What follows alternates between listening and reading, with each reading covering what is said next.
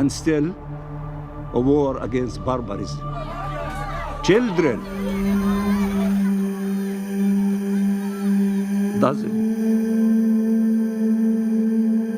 of children are dying of starvation. It's unbearable. How could anyone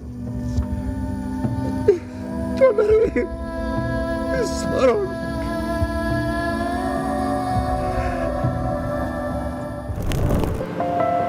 Two-state solution atau solusi dua negara bukanlah hal baru. Solusi dua negara merupakan upaya penyelesaian konflik antara Israel dan Palestina dengan cara mengakui keberadaan satu sama lain. Sementara pembahasan soal batas wilayah, ibu kotanya di mana, serta hal teknis lainnya dibahas melalui negosiasi. Dalam konteks ini, Presiden Prabowo Subianto membuka diri. Ia mengaku siap mengakui dan membuka hubungan diplomasi dengan Israel, tapi dengan satu syarat mutlak, yaitu Israel terlebih dahulu harus mengakui kedaulatan Palestina. Nah, namun tepatkah pernyataan ini disampaikan Presiden di tengah agresi militer yang masih panas? Kita bahas lebih dalam bersama saya, Cindy Permadi. Inilah ulasan Istana. Sikap Indonesia terhadap perang Israel dan Palestina kembali ditegaskan Presiden Prabowo Subianto usai bertemu dengan Presiden Perancis Emmanuel Macron di Istana Merdeka Jakarta. Presiden bilang, Indonesia siap mengakui dan membuka hubungan diplomatik dengan Israel jika Israel memberi pengakuan atas Palestina. Menurutnya, Indonesia juga harus menjamin hak Israel untuk berdiri sebagai negara yang berdaulat. Bahwa Indonesia memandang hanya penyelesaian two-state solution, kemerdekaan bagi bangsa Palestina merupakan satu-satunya jalan untuk mencapai perdamaian yang benar.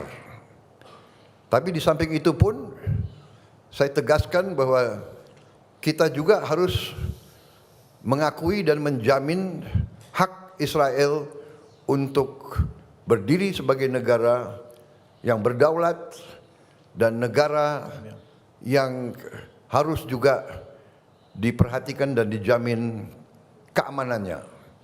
Karena itu Indonesia sudah menyampaikan begitu negara Palestina diakui oleh Israel, Indonesia siap untuk mengakui Israel dan kita siap untuk membuka hubungan diplomatik dengan Israel. Kami juga menyampaikan bahwa Indonesia siap untuk menyumbang pasukan perdamaian di kawasan tersebut. Menteri Luar Negeri Sugiono pun mengelaborasi maksud pernyataan Presiden. Ia menjelaskan, Indonesia tak serta-merta langsung memulai diplomasi dengan Israel. Menurutnya, solusi dua negara dan kemerdekaan Palestina yang kerap disuarakan dalam forum internasional merupakan kondisi absolut yang tak bisa ditawar. Kita selama ini selalu mendukung two-state solution. Two-state solution itu ya intinya dua negara itu diakui seperti itu. Di berbagai forum internasional kita ngomong. Kemarin terakhir saya ngomong di ICJ. Ya.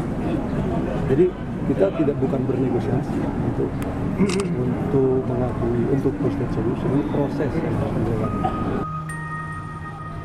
Wakil Ketua Komisi 1 DPR RI fraksi Golkar, Dev Laksono menyinggung dinamika dunia internasional yang belum sepenuhnya mendukung solusi dua negara, termasuk Israel.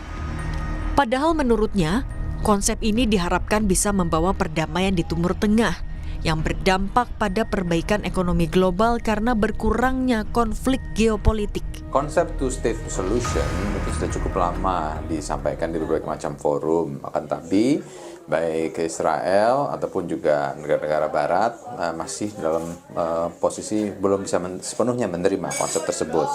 Nah, memang dalam pembicaraan dengan Presiden Macron, hal tersebut sudah sempat dibahas. Sekarang tinggal membutuhkan dukungan seluruh dunia, seluruh pihak terkait untuk memastikan bahwa konsep itu bisa diterima dan bisa dijalankan sehingga yang kita harapkan, yang kita impikan bahwa perdamaian di Timur Tengah itu benar-benar bisa terlaksana.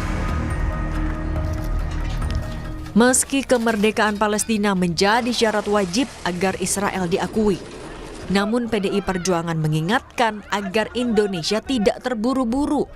Ketua DPP PDI Perjuangan, Jarod Syaiful Hidayat, menekankan kondisi Palestina yang sampai saat ini masih terjajah. Nah, kalau kita ini selalu berjuang untuk kemerdekaan Palestina, dan sekarang Palestina masih terjajah, maka Palestina harus merdeka terlebih dahulu. Untuk kita, misalnya membuka hubungan diplomatik dengan Israel, jangan terlalu buru-buru, ya. Ya, kita menginginkan bahwa Palestina harus merdeka, harus diakui kemerdekaannya sebagai bangsa yang berdaulat. Praktisi dan pengajar hubungan internasional Dina Prapto Raharja pun mengkritisi pernyataan Presiden. Menurutnya, alih-alih menyinggung kesiapan Indonesia menjalin hubungan diplomatik jika Israel mengakui Palestina, Presiden bisa menyoroti urgensi negara-negara Uni Eropa untuk mengikuti jejak Perancis. Uni Eropa merupakan salah satu mitra dagang utama Israel. Perancis belakangan semakin vokal dengan dukungannya terhadap Palestina.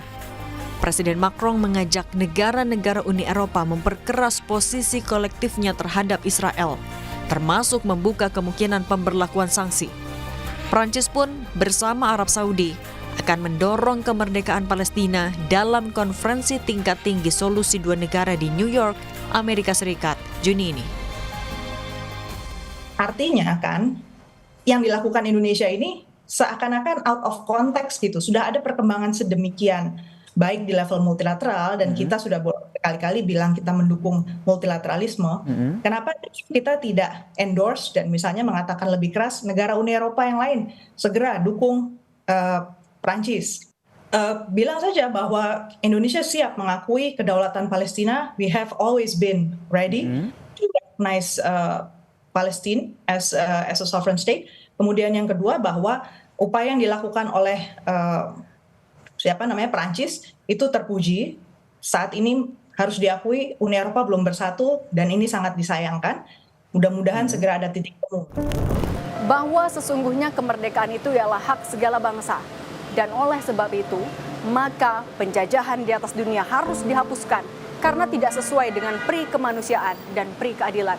Itulah bunyi pembukaan Undang-Undang Dasar 1945. Namun terlepas dari berbagai upaya yang dilakukan untuk menyelesaikan konflik antara Israel dan Palestina, Indonesia harus tetap berada di jalur yang sama, yaitu mendesak Israel untuk tetap bertanggung jawab atas genosida, kejahatan perang, dan berbagai kerusakan yang dilakukan atas Palestina. Cindy Permadi, Veriska Immanuel, Kompas TV, Jakarta.